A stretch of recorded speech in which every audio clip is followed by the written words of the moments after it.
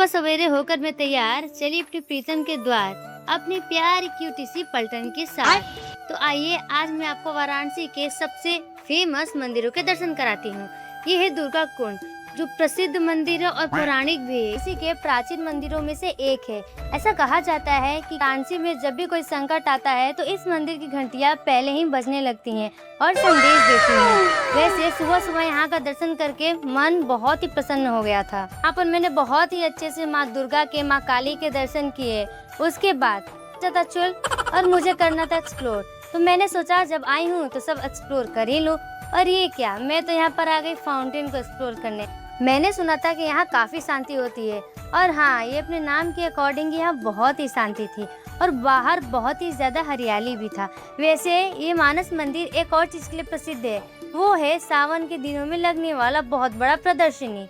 मैंने सोचा है कि सावन का महीना जब आएगा तो यहाँ एक्सप्लोर तो जरूर करूंगी। और यहाँ की सबसे अजीब बात तो ये थी कि यहाँ बड़े बड़े पत्थरों पर शिल्पकारी करके कुछ मंत्र वगैरह लिखे गए थे।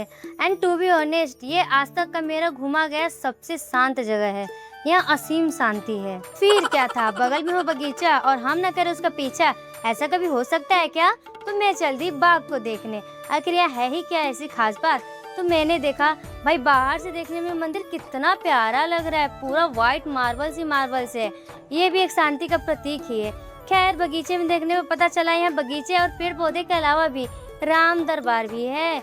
पहाड़ पर्वत वगैरह सब बने हुए हैं, वो भी अच्छे खासे। मैं राम दरबार में शामिल तो नहीं हो सकती थी, पर बाहर से दर्शन करके आनंद जरूर उठा सकती थी। फिर मैं पहुंची त्रिदेवों के द्वार, जहाँ शिव के साथ विराज रहे थे खाटू वाले सरकार। और हमने किया उनका बहुत इंतजार ताकि कर सके उनका दीदार। अरे इंतजार का फल मिल ही गया। हम अच्छे से उनका दर्शन किए। भाई मजे तो इसके ही है। नो टेंशन, नो गर्मी का एहसास, लेते रहो हवा और बस खाते रहो प्रसाद। फिर क्या था, हमने अच्छे से दर्शन किया। देखने के बाद तो मन भर ही नहीं रहा था।